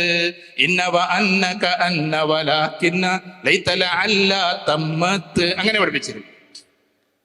കാന സാറ സുബഹ അംസ അൽഹ ലല്ല ബാത മസാല, അതുകൊണ്ട് നമ്മൾ മറക്കൂല. മറ്റത് കാനവാഹവാത്തി ഇന്നവാഹവാത്തി ഉസ്താദുമാർക്ക് ഓർമ്മ ഉണ്ടാവുന്നല്ല, നമ്മളൊക്കെ പഠിച്ചത് ഓർമ്മ മറന്നു പോയിട്ടുണ്ടാവും. ഞാൻ അങ്ങനെ ഒരു അക്കൗണ്ടൻസിയുടെ ഒരു മാഷ് ഉണ്ടായിരുന്നു ഡിഗ്രിക്ക് പഠിക്കുമ്പോൾ, BCom. അദ്ദേഹം ഈ ഷെയറും ലാബിലിറ്റിയും അസറ്റ് സൈഡും ഒന്നും മനസ്സിലാക്കാതെ വരുമ്പോൾ, ക്ഷമിക്കണം കേട്ടോ ഉസ്താദുമാരെ, മൂപ്പരുടെ ക്ലാസ്സിലേക്കെൻ്റെ ശൈലി എന്താണെന്നറിയോ? മമ്മൂട്ടി ഒരു കമ്പനി തുടങ്ങി, മോഹൻലാൽ 33% എടുത്തു. അതിൽ പിന്നീട് കുറെ കഴിഞ്ഞപ്പോൾ നെടുമുടി വേണു വന്നുകൊണ്ട് എന്താക്കി 11% എടുത്ത്. അപ്പൊ നെടുമുടി വേണുവിന്റെ മോൻ പെട്ടെന്ന് മരിച്ചപ്പോൾ എന്തായി? അയാൾ മൈനറായിരുന്നു. അപ്പൊ അങ്ങോട്ട് പെട്ടെന്ന് കഥയിലൂടെ സംഭവം മനസ്സിലാക്കിയത്. അത് ചില ഉസ്താദന്മാരുടെ വൈദഗ്ധ്യമാണ്, ചില സാറന്മാരുടെ വൈദഗ്ധ്യമാണ്. അല്ലാതെ നമ്മൾ സാധാരണ liability, asset, company amalgamation, absorption, reconstruction എന്ന് പറഞ്ഞ് പഠിപ്പിച്ചാലൊന്നും ഈ സാധനം തലേക്ക് കയറൂല. 2 കമ്പനി ഒന്നാകുന്നത്, ഒരു കമ്പനി രണ്ടാകുന്നതൊക്കെ ഉണ്ടാവും. അപ്പൊ ഞാൻ പറഞ്ഞു വരുന്നത്, പഴയ കാലത്ത് അദ്ദേഹത്തെ കണ്ട നമ്മൾ അവിടുന്ന് അബൂബക്കർ ഫൈസിയെ കാണുമ്പോൾ അവിടെ നിന്ന് ഇവർക്കൊക്കെ വലിയ ഇതും ഉണ്ടാവും കേട്ടോ. ഇത് ലൈവ് പോകുന്നുണ്ടോ? ലൈവില്ലല്ലോ? ഉണ്ടാ? ഇല്ല. റെക്കോർഡാക്കുമ്പോൾ ഞാൻ ഈ പറയുന്നത് കട്ടാക്കണം, കാരണം ആ മനുഷ്യനെ നമ്മളാണ്. അബൂബക്കർ ഫൈസി ഒരിക്കലും എന്താണെന്ന് ചോദിച്ചാൽ, ഞങ്ങളെ വിട്ടേക്ക്, ഞങ്ങൾ സാധാരണ വിദ്യാർത്ഥികളാണ്. അദ്ദേഹം കുറേ കാലമായിട്ട് നാട്ടിൽ പോയിരിക്കാം. ഞാൻ പറഞ്ഞത്, ഇത്തരം തഖ്വയുള്ള, ഇത്തരത്തിൽ നല്ല മനുഷ്യന്മാർക്ക് അള്ളാഹു ചില കാര്യങ്ങളൊക്കെ കൊടുക്കാറ്, ചില സഹായങ്ങളൊക്കെ കൊടുക്കാറ്. വേറെ രീതിയായി നമ്മളെ പണ്ട് പഠിപ്പിച്ച ഉസ്താദുമാർ, അവരോടുള്ള ആദരങ്ങൾ, അവരോടുള്ള നമ്മുടെ ചായ്വുകൾ. കുറേ വർഷം കഴിഞ്ഞപ്പോൾ അദ്ദേഹം നാട്ടിൽ നിന്നൊക്കെ പോയി, കുറേ വർഷം കഴിഞ്ഞപ്പോൾ വെറുതെ ഞങ്ങളിങ്ങനെ ഇരിക്കുമ്പോൾ നമ്മുടെ അബൂബക്കർ ഫൈസി സാഹിബ് പോയിട്ട് കുറേ കാലമുള്ള ഉസ്താദ് ഞങ്ങൾ വിളിക്കും. അബൂബക്കർ ഫൈസി മുൻകൂട്ടി ഒന്നും വിളിക്കുള്ളൂ. ഉസ്താദ് തന്നെ ഞങ്ങൾക്ക് ആകെ ഒരു ഉസ്താദുള്ള അബൂബക്കർ ഫൈസിയാണ്. അദ്ദേഹം പോയിട്ട് കുറേ കാലമായല്ലോ, അതുകൊണ്ട് നമുക്കൊന്ന് പോയി നോക്കല്ലേ. അപ്പൊ ചില ആൾക്കാരാണ് ഇന്ന് പോകണമെന്ന് ചോദിച്ചു. അപ്പം പറഞ്ഞു നമ്മൾ പോയി നോക്കാന്ന്. അങ്ങനെ പോയി മലപ്പുറത്തെത്തി, ഉള്ളു കൂടെയൊക്കെ പോയി. അവിടെ എത്തിയപ്പോൾ വീട്ടിൽ കോളിംഗ് ബെല്ല് നോക്കിയപ്പോൾ ചെറിയ വീടാണ്. അപ്പൊ അദ്ദേഹം പുറത്തേക്ക് വന്നില്ല. വൈഫ് ഇങ്ങനെ വാതിലിന്റെ ഭാഗത്ത് നിന്നുകൊണ്ട് പറഞ്ഞു, ഹോസ്പിറ്റലിലാണ് ഉസ്താദ്, ഹോസ്പിറ്റലിലാണ്. അങ്ങനെ ഞങ്ങൾ ഹോസ്പിറ്റലിൽ എവിടെ ദിവസം മിംസിലാന്ന് പറഞ്ഞു. അങ്ങനെ മിംസിൽ പോയി. ഇപ്പൊ ഏകദേശം പോണ വൈക്ക് നാസ്തക്കാക്കി അവിടെ എത്തിയപ്പോൾ ഏകദേശം 10-11 മണിയായി. അപ്പൊ ഡിസ്ചാർജ് ആയിക്കൊണ്ട് ഈ മകൻ, കുറെ പെൺകുട്ടികളാണ്, ഇവനൊരു മോനുണ്ട്, ഈ മോൻ ദർസ് പഠിക്കാൻ.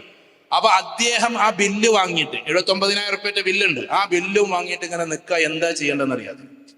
ഞാൻ മനസ്സിലാകണ്ട. അപ്പൊ ഈ പോയ ആൾക്കാരെല്ലാരും കൂടി എന്താക്കി ആക്കാതെ. അപ്പൊ അദ്ദേഹം നമ്മളെ വിളിച്ചിട്ടില്ല, അദ്ദേഹം നമ്മളോട് പറഞ്ഞിട്ടില്ല. നിങ്ങൾ മനസ്സിലാക്കേണ്ട ഒരു കാര്യമാണ്, പടച്ചോന് ചില രീതികളുണ്ട്, ചില നിമിത്തങ്ങളൊക്കെ, ചില കാര്യങ്ങളൊക്കെ.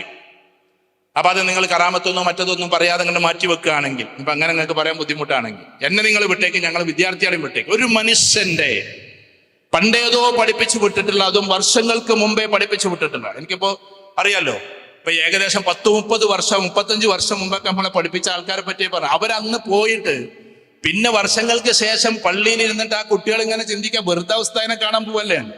ആ ഉസ്താദിനെ കാണാൻ പോകുന്ന പോക്ക് മെംസിലെത്തുന്നു, ആ ഒരു ലെവലിലേക്ക് കാര്യങ്ങൾ പോകുന്നു. അതിലെന്തോ ഉണ്ട്. ഞാനിത് പറയുന്നത് പുതിയ കുട്ടികൾക്ക് ചിലപ്പോഴൊക്കെ മനസ്സിൽ തോന്നിപ്പോകും, ഈ മറ്റുള്ളവരൊക്കെ പറയുന്ന പോലെ അള്ളാഹു ജീവിച്ചിരിപ്പുണ്ടോ, ചില ചോദ്യങ്ങൾ, അങ്ങനെ ചില നിമിത്തങ്ങൾ, ചില ഭാഗങ്ങൾ. ആ ഒരു അവസ്ഥയിലേക്ക് നമുക്ക് ആകണമെങ്കിൽ അതിൻ്റെ ഒരു ഗുരുത്വമുണ്ട്. മാതാവ്, പിതാവ്, ഉസ്താദ് എന്നൊക്കെ പറയുന്ന ആളുകളുടെ ഗുരുത്വങ്ങൾ. അപ്പൊ ആ ഒരു ലെവലിലേക്ക് നമ്മൾ എത്തും. നമ്മളെ പിതാവിനെ നമ്മൾ ആദരിക്കുമ്പോൾ, പിതാക്കന്മാരോട് നമ്മൾ വല്ലാത്ത ബഹുമാനം കാണിക്കുമ്പോൾ, നമുക്ക് അല്ലാഹു സുബ്ഹാനഹു വ തആല തരുന്ന ചില ശക്തികളുണ്ട്. ഞാൻ എൻ്റെ പ്രിയപ്പെട്ട ഈ കുടുംബത്തിലെ കുട്ടികളോട്, ഒരുപാട് വിദ്യാർത്ഥി കുട്ടികളോട് ഇരിക്കുന്നുണ്ട്, അതുകൊണ്ട് പറയാം, നമ്മൾ അറിയാതെ, അത് ഏത് ജാതിക്കാരായാലും ഏത് മതക്കാരായാലും, അള്ളാഹു എല്ലാവരുടേതുമാണ്, മുസ്ലിങ്ങളുടേത് മാത്രമല്ല. അള്ളാഹു റഹ്മത്തുൽ ലിൽ ആലമീൻ, അള്ളാഹു സുബ്ഹാനഹു വ തആല ആരാണ്? അള്ളാഹു റബ്ബുൽ ആലമീനാണ്. റസൂലുള്ളാഹി സ്വല്ലല്ലാഹു അലൈഹി വസല്ലം റഹ്മത്തുൽ ലിൽ ആലമീൻ. അതുകൊണ്ട് അള്ളാഹു സുബ്ഹാനഹു വ തആല എല്ലാവരെയും സഹായിച്ചുകൊണ്ടിരിക്കും, വ്യത്യസ്തമായ നിമിത്തങ്ങൾ സഹായിച്ചുകൊണ്ടിരിക്കും. ഇപ്പൊ യുവ നടത്തിയ, മലയാള മനോരമ നടത്തിയ ഏറ്റവും വലിയൊരു പരിപാടിയിൽ ഒരു പയ്യന് മനസ്സുകൊണ്ട് ചിന്തിച്ചാൽ കിട്ടുന്ന കസേര ഉണ്ടാക്കിയത് അമ്മൂമ്മക്ക് സഞ്ചരിക്കാൻ പറ്റാത്തത് കൊണ്ടാണ്. നിങ്ങളൊന്ന് വായിച്ചു നോക്കിയത്, മലയാള മനോരമയിൽ വന്ന സംഭവമാണ്. യുവ എന്ന് പറഞ്ഞൊരു പരിപാടി നടത്തി. ആ പരിപാടിയിൽ ഒരു കുട്ടി ഒരു സ്പെഷ്യൽ ചെയർ ഉണ്ടാക്കി. കാരണം വീട്ടിലേക്ക് വന്ന് ശനിയാഴ്ച ദിവസം അവൻ വീട്ടിലേക്ക് വന്നു, ശനി ഞായർ ലീവാണ്. അത് കഴിഞ്ഞ് തിങ്കളാഴ്ച മോർണിംഗ് പോകുമ്പോൾ അമ്മ ടീച്ചറാണ്, അച്ഛൻ വേറെ ഒരു ഉദ്യോഗസ്ഥനാണ്. അമ്മൂമ്മ വീണിട്ട് എന്താക്കുകയാണ്, കാല് തുടയില് പൊട്ടിയിട്ട് അങ്ങനെ ഇരിക്കുകയാണ് വീൽ ചെയറിൽ. സഞ്ചരിക്കാൻ പോലും പറ്റുന്നില്ല അമ്മൂമ്മക്ക്. അമ്മൂമ്മയെ ഒറ്റയ്ക്ക് വീട്ടിലാക്കിയിട്ട് പോകണം. അപ്പൊ ഈ കുട്ടി ഇങ്ങനെ ചിന്തിച്ചു, ഈ കസേര കുറച്ച് അങ്ങണ്ടും കണ്ടൊക്കെ ചലിക്കുന്നതായാൽ എന്തായിരിക്കും എന്നുള്ളത്. യുവ എന്ന് പറയുന്ന ആ സംഭവം ഒന്ന് വായിച്ചു നോക്കുന്നു. ജസ്റ്റ് മനസ്സിലൊരു ചിപ്പ് ഘടിപ്പിച്ചിട്ടുണ്ടെങ്കിൽ 5 മീറ്റർ അങ്ങോട്ടും ഇങ്ങോട്ടൊക്കെ അമ്മൂമ്മക്ക് സഞ്ചരിക്കാൻ പറ്റാത്തൊരവസ്ഥ കണ്ടിട്ടാണ് സത്യത്തിൽ ഈ കുട്ടി ആ ചെയർ ഉണ്ടാക്കുന്നത്. ആ ചെയറാണ് യുവയിൽ 1ാം സ്ഥാനത്തേക്ക് പോയത്. യുവ എഞ്ചിനീയർമാരുടെ പരിപാടിയിൽ ഏറ്റവും ടോപ്പായിട്ട് റാങ്ക് കിട്ടിയത് ഈ ചെയറിനാണ്. ആ ചെയർ എങ്ങനെ ഉണ്ടായി? അമ്മൂമ്മക്ക് സഞ്ചരിക്കാൻ സാധിക്കുന്നില്ല, അതുകൊണ്ട് ഒരു സ്പെഷ്യൽ ചെയർ ഉണ്ടാക്കണമെന്ന ചിന്തയിൽ നിന്നുമാണ് ഈ പറയുന്ന ശരത്തോ മറ്റോ അവന്റെ പേര് ആ കുട്ടിക്ക് അത് ഉണ്ടാക്കാൻ പറ്റിയത്. അപ്പൊ നമ്മൾ നമ്മുടെ മാതാപിതാക്കളോട്, നമ്മൾ നമ്മുടെ മുൻഗാമികളോട് വലിയ ഒരു ഡെഡിക്കേഷൻ നമ്മൾ നടത്തി കഴിഞ്ഞാൽ എവിടെ നിന്നറിയില്ല ചില പവറുകൾ നമ്മളെ തേടിയെത്തും. ഇന്ന് അതൊക്കെ നഷ്ടപ്പെട്ടിട്ട് നമ്മൾ പോയിക്കൊണ്ടിരിക്കുക. കാരണം നമ്മൾ മുന്നോട്ടാ സഞ്ചരിക്കുന്നത്.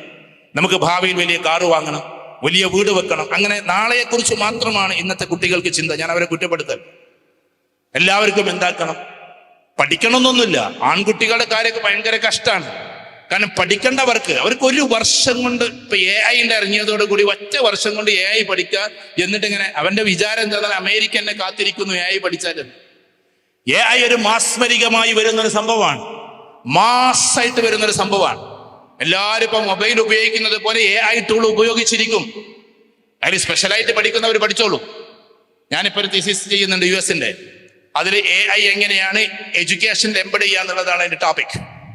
AI എന്ന് പറഞ്ഞിട്ട് മാസമായിട്ട് വരാൻ പോവാണ്, ഇപ്പൊ തുടങ്ങിക്കഴിഞ്ഞു. എങ്ങനെ വരും എന്നറിയോ? ഫോർ എക്സാമ്പിൾ, നിങ്ങൾക്ക് ഇനി അക്ഷരങ്ങൾ അറിയില്ല, നല്ല വൃത്തിയുള്ള അക്ഷരങ്ങൾ ഇല്ല എന്ന് വെക്കുക. ചില ആൾക്കാർക്ക് അറബി അക്ഷരം നല്ലപോലെ എഴുതാൻ പറ്റില്ല, അല്ലെങ്കിൽ അറബി മലയാളം എഴുതാൻ കഴിയില്ല, അല്ലെങ്കിൽ പിന്നെ ഇംഗ്ലീഷ് എഴുതാൻ അറിയില്ല. ഇനി അതിന്റെ പേന വരുന്നു, AI പേന വരുന്നു. AI പേന വന്നു കഴിഞ്ഞാൽ എല്ലാവരുടെ അക്ഷരം വളരെ വെടുപ്പുള്ളതായിരിക്കും. കാരണം AI പേനയാണ്, അതെല്ലാവരും ഉപയോഗിക്കാൻ തുടങ്ങും. ഞാൻ പറഞ്ഞ മനസ്സിലാവുണ്ടോ? ഇനി അക്ഷരങ്ങൾ വടിവത്തതല്ല എന്നുള്ള വർത്തമാനം നമ്മൾ നിർത്തും. എന്നിട്ട് പകരം എന്താക്കും? ഇപ്പൊ നമ്മളിവിടെ മത്താപ്പൂ ഒക്കെ കണ്ടു. ഇവിടെ ചൈനയിൽ പോയ ഒരുപാട് ആൾക്കാരുണ്ട്. ഞാൻ നാളെ ചൈനയിൽ പോയപ്പോ പൊട്ടുന്നത് കണ്ട, ആ പൊട്ടുന്നത് ഇങ്ങനെ കാണുമ്പോ അത് അവരുടെ ഒരു ഫെസ്റ്റാണ്. അതിലിങ്ങനെ പൊട്ടിയിട്ട് ഇങ്ങനെ ഇത് പറക്കുന്ന സമയത്ത് അവിടെ എന്തുണ്ട്? അവിടെ ഇങ്ങനെ വ്യാളി കാണുന്നുണ്ട്. വ്യാളി എന്ന് പറഞ്ഞ സാധനം, ഡ്രാഗൺ എന്ന് പറഞ്ഞ സാധനം എന്താണ്? ചൈനയിലെ ഒരു ആരാധ്യ വസ്തുവാണ്. അറിയാലോ നിങ്ങൾക്ക്. മതമില്ലെങ്കിൽ പോലും അവർ ആരാധിക്കുന്ന ഒരു സാധനമാണ് വ്യാളി, ഡ്രാഗൺ. അതാണ് ഈ കുൻഫുനൊക്കെ ഒരു ഡ്രാഗൺ കുൻഫു എന്നൊക്കെ പേരിട്ടിട്ടുള്ളത്. ആ സാധനം ഇങ്ങനെ വിരിയുന്നു. അപ്പൊ നിങ്ങൾ നോക്കിക്കോ, വിത്തിൻ 5 years, വർഷം ഞാൻ പറഞ്ഞില്ല, ചിലപ്പോൾ സംഭവിക്കും. വിത്തിൻ 5 years നമ്മുടെ നാടുകളിലൊക്കെ പൂരം പൊട്ടൂലേ? ആ പൂരത്തിലെ പടക്കം പൊട്ടുമ്പോൾ അതിൽ ദേവീ ദേവന്മാരൊക്കെ പ്രത്യക്ഷപ്പെടുന്നത് കാണാൻ പറ്റും. നേർച്ചയ്ക്ക് പൊട്ടുകയാണെങ്കിൽ ചിലപ്പോൾ ആനയും അമ്പാരിയൊക്കെ വരുന്നത് കാണാൻ പറ്റും. ഒരു ഉദാഹരണം പറയാം, വേണോ വേണ്ടെന്നുള്ള വേറെ തീരുമാനങ്ങൾ. അപ്പൊ AI ഉപയോഗിച്ചിട്ട് എല്ലാ മേഖലയിലും ഈ സാധനം വരുന്നത് പോലെ ടൂളുകൾ ഇങ്ങനെ വന്നുകൊണ്ടിരിക്കും. അതിനനുസരിച്ച് നമുക്ക് മാറാൻ പറ്റൂല. ലോകം കുറെ മാറിയാലും നമ്മൾ പഴയ പ്രകൃതത്തിൽ തന്നെ, നമ്മൾ നമ്മുടേതായ വാല്യൂസിൽ തന്നെ നിൽക്കണം. അങ്ങനെയാണ് ആ വാല്യൂസിൽ നിർത്തിയ ഒരു കാലഘട്ടത്തിന്റെ ഇതിഹാസ തുല്യമായിട്ടുള്ള സ്ഥാപനമായിരുന്നു ക്രസന്റ് എന്നാണ് ഞാൻ മനസ്സിലാക്കിയിട്ടുള്ളത്. കാരണം ഒരു കാലഘട്ടത്തിൽ വലിയ സ്പോർട്സ് ഒന്നും അത്തരം മദ്രസകളിലും സ്കൂളുകളിലും ഇല്ലാത്ത കാലത്ത് നിങ്ങൾ സ്പോർട്സിലൂടെ മുന്നോട്ട് പോയി. എന്താണ് പ്രബന്ധം, എന്താണ് മറ്റുള്ളത് എന്നൊക്കെ അറിയാത്ത കാലഘട്ടത്തിൽ നിങ്ങൾ സെമിനാറുകൾ നടത്തി. ഇതേപോലെ തന്നെ നിങ്ങൾ ഗ്രന്ഥങ്ങൾ എന്താണ്, വായനശാല എന്താണെന്ന് അറിയാത്ത കാലത്ത് വായനശാലയിലൂടെ മുന്നോട്ട് പോയി. കുട്ടികളെ അങ്ങനെ തൊപ്പിയിട്ട് കൊണ്ട് ടൂറ് പോകാത്ത കാലഘട്ടത്തിൽ നിങ്ങൾ ടൂറ് കൊണ്ടുപോയി. അഡ്വാൻസ്ഡ് ആയിട്ടുള്ള ഒരു ലോകമാണ് നിങ്ങൾക്ക് പരിചയപ്പെടുത്തി തന്നത്. കാലം കുറെ കഴിഞ്ഞല്ലോ. ഏകദേശം നിങ്ങളിപ്പോ പറഞ്ഞ 68 തുടങ്ങിയിട്ടുണ്ടെങ്കിൽ, ഞാൻ ആ വർഷം നോക്കി, 68 ചെളാരിയിൽ വെച്ച് തുടങ്ങുന്നു. അത് പിന്നീട് 71 ഇങ്ങോട്ട് മാറ്റുന്നു അല്ലേ? 71 74 73 83, സോറി, ആ 3 ഓർമ്മയുണ്ട്, മറ്റേ ഡിജിറ്റ് മാറുന്നത്. അപ്പൊ 83 ഇങ്ങോട്ട് മാറ്റും. 83 മാറ്റുന്ന അന്ന് മുതൽ നിങ്ങൾ എന്താക്കുന്നു? അതുമായി ബന്ധപ്പെട്ടിട്ട് ജീവിക്കുന്ന ഏതോ വയസ്സൊക്കെ അങ്ങോട്ടും മാറാം. അപ്പൊ നമ്മളെ സംബന്ധിച്ചിടത്തോളം നമ്മുടെ ഉയർച്ചയിൽ, വളർച്ചയിൽ വലിയ പങ്കു വഹിച്ചിട്ടുള്ള വലിയൊരു തിരുമുറ്റമാണ് ക്രസന്റ് എന്ന് നമ്മൾ തിരിച്ചറിയും. അങ്ങനെ ഭർത്താക്കന്മാരൊക്കെ കുറച്ചൊക്കെ ഉയർന്നു പോയതിന്റെ പേരിലാണ് നമ്മളിവിടെ ഇരിക്കുന്നത് എന്ന് നമ്മൾ തിരിച്ചറിയും. ഏതോ അർത്ഥത്തിൽ അവരവരുടേതായ അർത്ഥത്തിൽ എല്ലാവരും അവരുടെ ലോകത്തിലെ ചക്രവർത്തിമാർ, എല്ലാവരും അവരവരുടെ ലോകത്തിലെ ചക്രവർത്തിമാർ. അപ്പൊ അങ്ങനെ ഉയർന്നു പോയിട്ടുള്ള മനുഷ്യരാശി വീണ്ടും ഒരുമിച്ച് കൂടുമ്പോൾ ചില ലക്ഷ്യങ്ങൾ നമ്മൾ മുമ്പിൽ വെക്കണം. അതിൽ ഒന്നാമത്തെ കാര്യം, വിദ്യാഭ്യാസ സ്ഥാപനത്തിലൂടെയാണ് നിങ്ങൾ വളർന്നു വന്നത്. അതുകൊണ്ട് നമ്മുടെ മക്കൾക്ക് അറ്റ്ലീസ്റ്റ് PG വരെയെങ്കിലും പഠിപ്പിക്കുക എന്നുള്ള നീയത്ത് നമ്മൾ വെക്കണം. ഞാൻ എൻ്റെ മക്കളോട് പറഞ്ഞിട്ടുണ്ട്, PG കഴിയാതെ നിങ്ങൾ വിദ്യാഭ്യാസം നിർത്തരുത്. കാരണം നമുക്ക് ചിലപ്പോ +2 കഴിഞ്ഞ് ഒരു വർഷത്തെ ഡിപ്ലോമ കഴിഞ്ഞാൽ ജോലിയൊക്കെ കിട്ടും. Education is equal to job എന്നത് തെറ്റാണ്. Education is equal to culture എന്നതാണ് ശരി. വിദ്യാഭ്യാസം സംസ്കാരത്തിന് വേണ്ടിയിട്ടുള്ളതാണ്. എന്തുകൊണ്ടാണ് മറ്റുള്ള സംസ്ഥാനം പോലെ ഇവിടെ വർഗീയത വല്ലാതെ വരാത്തതെന്നറിയോ? രാഷ്ട്രീയത്തിന്റെ മീമാംസകളൊന്നുമല്ല. കുറച്ച് ആൾക്കാർക്ക് ബോധമുണ്ട് എന്നുള്ളത് കൊണ്ടാണ്. ഇവർ ഈ പറയുന്നത് പോലെ അന്ധമായിട്ട് പോകാൻ പറ്റില്ല എന്നുള്ളത് കൊണ്ടാണ്. ഇന്ന് വളരെ ഡിബേറ്റ് നടന്നുകൊണ്ടിരിക്കുകയാണ്. ലക്ഷക്കണക്കിന് വോട്ടുകൾ ചേർത്തതും ഇതൊക്കെ നടന്നുകൊണ്ടിരിക്കുകയാണ്. കേരളത്തിൽ എന്തുകൊണ്ട് സാധിച്ചില്ല എന്ന് നോക്കുമ്പോൾ അതിനെ പറ്റിയിട്ടുള്ള അനാലിസിസ് പറയുന്നത് കേരളത്തിൽ എന്ത് ചെയ്യുന്നുണ്ട്, അതിനെ പടനിലത്തിൽ നോക്കാൻ ആൾക്കാരുണ്ട് എന്നുള്ളതുകൊണ്ടാണ്. കുറച്ച് എഡ്യൂക്കേറ്റഡ് ആയ ആൾക്കാരുണ്ടായത് ഏത് പാർട്ടിയായാലും, പാർട്ടി എന്നതെന്ന് ഞാൻ പറയുന്നില്ല, അതിന് അവബോധത്തോടു കൂടി കാണാൻ പറ്റുന്ന ആൾക്കാരുണ്ടായി. പക്ഷേ കേരളത്തിൽ ഒരു സ്ഥലത്ത് അത് വർദ്ധിച്ചു എന്നതാണ് പുതിയ കണക്ക്. അത് തൃശ്ശൂരാണ് അത്ര. അപ്പോൾ അതിന്റെ പൊളിറ്റിക്സിലേക്ക് ഞാൻ പോകുന്നില്ല. അത് അവിടെ നടത്തിയ ട്രിക്ക് അവിടെ നടത്തി ചില ആൾക്കാർ കണ്ണ് ചിമ്പി എന്ന് പറയുന്നു. മീഡിയ പറഞ്ഞത് ഞാൻ പറയുന്നു. ഞാൻ പറഞ്ഞു വരുന്നത് എഡ്യൂക്കേഷൻ എന്ന് പറയുന്ന ഒരു സാധനം മനുഷ്യനെ സംസ്കാര സമ്പന്നനാക്കും. ആ എഡ്യൂക്കേഷനേക്കാൾ അപ്പുറത്താണ് വായന എന്നത്. കുറച്ചും കൂടി മനുഷ്യൻ എന്താക്കും, നല്ല സെലക്റ്റീവ് റീഡിങ്. അതിനും അപ്പുറത്തേക്ക് ഒരുപാട് യാത്രകൾ നടത്തിയാൽ വിശാലമായ ഒരു കാഴ്ചപ്പാടുണ്ടാകും. യാത്ര നടത്താതെ നമ്മൾ മനുഷ്യരെ വിലയിരുത്തരുത്. ഇപ്പൊ യാത്ര നടത്താനൊക്കെ ഒരുപാട് സാഹചര്യമുള്ള സ്ഥലമാണ്. ഞാൻ പറഞ്ഞു വരുന്നത് എന്താണെന്ന് വെച്ചാൽ വളരെ ശ്രദ്ധിച്ച് കേൾക്കണേ. ഇപ്പൊ യാത്ര നടത്തുക എന്ന് പറഞ്ഞാൽ നമ്മുടെ നാട്ടില് ദീനിയായി ഫിഖ്ഹിയായി നല്ല ഉഷാറായിട്ട് നമ്മൾ പോകുന്നുണ്ടാവും. പക്ഷെ ഇതൊന്നും ഇല്ലാത്ത കുറേ സ്ഥലങ്ങളുണ്ട്. നമ്മളൊക്കെ നൈജീരിയയിൽ പോയപ്പോ, നൈജീരിയ എന്ന് പറയുന്ന സ്ഥലത്ത് ഞങ്ങൾ മഗ്രിബിനാണ് എത്തിയത്. അവിടെ ഒരു പള്ളി, മഗ്രിബ് എന്ന് പറയുന്ന സമയത്ത് അത് നിസ്കരിക്കണമല്ലോ. അത് നിസ്കരിച്ച് ഇങ്ങോട്ട് സലാം വീട്ടിയ ഉടനെ എന്നെയാണ് പിടിച്ച ഇമാമത്ത് തയ്യാറ്. ഇന്ത്യയിൽ നിന്ന് പോയ ഒരാൾ എന്നുള്ള നിലക്ക് അവർക്ക് പിന്നെ ഫാത്തിഹ അറിയുന്ന ആളും ആലിമാണ്. അപ്പൊ ചുരുക്കി പറഞ്ഞിട്ടുണ്ടെങ്കിൽ എന്നെ പിടിച്ചിട്ട് നിർത്തി. നമ്മളെ വൈറ്റ് മാൻ എന്നാ വിളിക്കട്ടോ, മനസ്സിലായോ? ഞങ്ങളെ വെള്ളക്കാരെന്ന് വിളിക്കണമെങ്കിൽ ആ പാവങ്ങളുടെ കറുപ്പത്ര എന്ന് വിചാരിക്കും, മനസ്സിലാക്കണം. അപ്പൊ വെള്ളക്കാരെ പിടിച്ചു നിർത്തിയവർ, അവരുടെ ഭാഷയിൽ വെള്ളക്കാർ. ഞങ്ങൾ 5-6 പേരുണ്ട്. അപ്പൊ ഞാൻ ഇമാമത്ത് നിന്ന് നമ്മളെ ഫാത്തിഹ എന്നൊക്കെ പറഞ്ഞാൽ അവർക്ക് ഷുറൈമിന്റെ ഫാത്തിഹനേക്കാൾ അപ്പുറത്താണ്. കാരണം അവരെ ഫാത്തിഹ എങ്ങനെയാണെന്ന് അറിയും നിങ്ങൾ കേൾക്കുമ്പോൾ ചിരിക്കും. ഇങ്ങനെയാണ് ഫാത്തിഹയാണെന്ന് ഏകദേശം നമുക്ക് മനസ്സിലാവുന്നല്ലാതെ ഒരു ലഫ്ദുമില്ല വഖഫുമില്ല ഒന്നുമില്ല. അപ്പൊ പിന്നെ എന്ത് ചെയ്യും? അപ്പൊ നിങ്ങൾ ചിരിക്കും. കാരണം അവിടെ മദ്രസ സിസ്റ്റം ഇല്ല, അവിടെ ഇത് പഠിപ്പിക്കപ്പെടുന്നില്ല, അവരെ പഠിപ്പിക്കാൻ ഒരാളും ഇല്ല. അങ്ങനെ ഞങ്ങൾ മഗ്രിബിന് ഒരു പള്ളിയിലെത്തി. അവിടെ ഇമാമത്ത് നിന്ന് സലാന്റെ വീട്ടിലേക്ക് ഒരാളെ എണീറ്റിട്ട് ഒരു പ്രത്യേക ബാങ്ക് അവരുടെ ആണ്ട് കൊടുത്ത് ഞാൻ ചോദിച്ച അടുത്തിരിക്കുന്ന ആൾ ഇത് ഏതാ ബാങ്ക്, എന്റെ അനുഭവം ഞാൻ പറഞ്ഞത്. അപ്പൊ പറഞ്ഞു എന്ത്, ഇത് യശബാങ്കാന്ന് പറഞ്ഞു. മഗ്രിബ് നിസ്കരിച്ചിട്ട് ആ ചോപ്പ് മാഞ്ഞിട്ടില്ല, അപ്പോഴാ പറഞ്ഞത് യശന്റെ ബാങ്ക്. അപ്പൊ ഞാൻ ചോദിച്ചു യശബാങ്ക് ഇപ്പൊ കൊടുക്കലാണോ ഇവിടെയെന്ന് ചോദിച്ചാൽ ഇവിടെ അങ്ങനെയാണ്. കാരണം അവർ പോയാൽ അങ്ങോട്ട് വരില്ല, അതുകൊണ്ട് നിസ്കരിപ്പിച്ചാണ്ട് വിടലാന്ന്, നിസ്കരിപ്പിച്ച് വിടലാണ്. അപ്പൊ നമുക്ക് ചിരിക്കാം. നിസ്കരിപ്പിച്ചു വിടുന്ന സ്ഥലം ഇന്തോനേഷ്യയുടെ ഗ്രാമങ്ങളിൽ പോയാൽ, അതേപോലെ തന്നെ അതിന്റെ ചുറ്റുവട്ടത്തുള്ള രാജ്യങ്ങളിൽ പോയാൽ, അതിന്റെ ഗ്രാമങ്ങളിൽ പോയാൽ പർദ്ദ നമ്മളിപ്പോ പിന്നെ പള്ളിയിൽ പോയിട്ട് തൊപ്പിയിടുന്നത് പോലെ നിസ്കരിക്കാൻ വേണ്ടിയിട്ട് ട്രൗസർ ഇട്ട് വന്നിട്ട് അവിടുന്ന് പർദ്ദ നിസ്കരിച്ചിട്ട് ആ പർദ്ദ അവിടെ തന്നെ അയച്ചു പോകുന്ന ആൾക്കാരെ നമുക്ക് കാണാൻ പറ്റും. ലേഡി മുസല്ലയും അവിടെ ലേഡി മുസല്ല ഇഷ്ടം പോലെ ഉണ്ടാവും പലയിടത്തും. അപ്പൊ ഞാൻ പറഞ്ഞു വരുന്നത് ആളുകൾക്കറിയില്ല, ആളുകളുടെ രീതിശാസ്ത്രം അതാണ്. വേറെ പല കോലത്തിൽ, പല രൂപത്തിൽ, പല ഭാവത്തിൽ നമ്മളൊരു രാജ്യത്ത് പോയ രാജ്യത്ത് നമ്മൾ പറയുന്നില്ല, അത് ശരിയല്ല, അതുകൊണ്ടാണ് നെഗറ്റീവ് ആയതോ. അവിടെ ഞായറാഴ്ചയാണ് എന്ത് ജുമാ, ഞായറാഴ്ചയാണ് എന്ത് ജുമാ. വെള്ളിയാഴ്ച ജുമാ നടത്തി ശീലമുള്ള സ്ഥലത്ത് പറ്റി നമ്മൾ ഞായറാഴ്ച ജുമാ വിടുകയാണ്. കേൾക്കുന്നുണ്ടോ നിങ്ങൾ പറഞ്ഞത്? അപ്പൊ ഞാൻ അവിടുത്തെ ആൾക്കാരോട് ചോദിച്ചെന്ത്, എന്നോട് വന്നിട്ട് പറഞ്ഞു നിങ്ങൾ ജുമാന്റെ സമയത്ത് കുറച്ച് സംസാരിക്കണം, ഇംഗ്ലീഷിൽ സംസാരിക്കണം എന്നൊക്കെ പറഞ്ഞാൽ വന്ന് പറഞ്ഞു. അപ്പൊ ഞാൻ പറഞ്ഞു ഇന്ന് ജുമ്മയെന്ന് ചോദിച്ചു, ഞാൻ ഞായറാഴ്ചയാണ്. ഇവിടെ ജുമാ ഞായറാഴ്ചയാണെന്ന്. അപ്പൊ ഞാൻ ചോദിച്ചു അതെന്താ ജുമാ ഞായറാഴ്ച ഇവിടെ അങ്ങനെയാണെന്ന് പറഞ്ഞു. അപ്പൊ എന്താ, ക്രിസ്ത്യൻ സൊസൈറ്റിക്ക് ഒഴിവുള്ളെന്ന് മുസ്ലിങ്ങൾക്കും പോയി പ്രാർത്ഥിക്കാം, അല്ലാതെ വെള്ളിയാഴ്ച എന്ന് പറഞ്ഞ സമയത്ത് അങ്ങനെ പ്രത്യേകിച്ച് ജുമാ ഒന്നുമില്ല അവിടെ. അപ്പൊ നമുക്കിരുന്ന് ചിരിക്കാം, നമുക്ക് വേണമെങ്കിൽ അത്ഭുതപ്പെടാം. ഇതൊന്നുമില്ലാത്ത നാടുകളുണ്ട്, ഇതൊന്നുമില്ലാത്ത സ്ഥലങ്ങളുണ്ട്. ലോകം സഞ്ചരിച്ചാലേ നമുക്കത് മനസ്സിലാവും. ഒരുപാട് രാജ്യങ്ങൾ, അള്ളാഹുവിന്റെ അനുഗ്രഹത്താൽ 57 രാജ്യങ്ങളിൽ പോയി. ആ രാജ്യങ്ങളിൽ എത്തുമ്പോഴാണ് മനുഷ്യരുടെ അവസ്ഥകളും കാര്യങ്ങളൊക്കെ അറിയുന്നത്. 10,000 രൂപ കൊടുത്താൽ, ഞാൻ ഇവിടുത്തെ ഫാറൂഖ് സാഹിബ് അടക്കമുള്ള ആൾക്കാരോട് പറയാം, 10,000 രൂപ കൊടുത്താൽ ഇനി ചില രാജ്യങ്ങൾ വീട് വെക്കാൻ പറ്റും. കാരണം പഴയ നമ്മുടെ കേരളത്തിലെ 75 കൊല്ലുമ്പോൾ വീടില്ലേ, ചളി ഉരുട്ടിയിട്ടുള്ള വീട്, 75 കൊല്ലം മുമ്പ് എന്ന് പറഞ്ഞാൽ മനസ്സിലാവുള്ളൂ. അതിന്റെ ശേഷം പിന്നെ കട്ടിറങ്ങി, കട്ടെല്ലാം പറഞ്ഞാൽ ഇതിന് മുമ്പുള്ള ചളി, ആ ചളികൾ ഇങ്ങനെ ഉരുട്ടി വെച്ചിട്ട് വീട് വെക്കും. ആ വീടിന്റെ മേലെ ഒരു കൂരയുണ്ടാക്കണം, അതും ടിന്നിന്റെ ഷീറ്റ്, അതിനാണ് ഈ 10,000 രൂപ, അല്ലെങ്കിൽ മാക്സിമം 20,000 രൂപ. അപ്പൊ നിങ്ങൾ 20 ലക്ഷം രൂപ ക്രസന്റിന്റെ കയ്യിലുണ്ടെങ്കിൽ അവിടെ 100 വീട് വെച്ച് കൊടുക്കാം. വേണമെങ്കിൽ അവിടെ ഗവൺമെന്റ് ഒക്കെ അതിന് അനുവദിക്കും. അവിടെ ക്രസന്റ് അലൂമിനി എന്ന് പറഞ്ഞാൽ നിങ്ങൾക്ക് ബോർഡും വെക്കണ നിങ്ങൾ തീരുമാനിച്ചു. അപ്പൊ പാവപ്പെട്ട മനുഷ്യരെ മനസ്സിലാക്കുന്ന പച്ചയായ യാത്രകൾ നമ്മൾ ഉണ്ടാകണം, നമുക്ക് ഉണ്ടാക്കാൻ പറ്റണം. ഞാൻ പറഞ്ഞു വരുന്നത് അതുകൊണ്ട് മനുഷ്യബന്ധങ്ങൾ നമ്മൾ നാളെ ജീവിതത്തിലേക്ക്, നാളെയുള്ള ലോകത്തിലേക്ക് എന്തൊക്കെ ഉണ്ടാക്കി വെക്കുന്നു എന്നത് ഏറ്റവും പ്രധാനപ്പെട്ട ഒരു കാര്യമാണ്.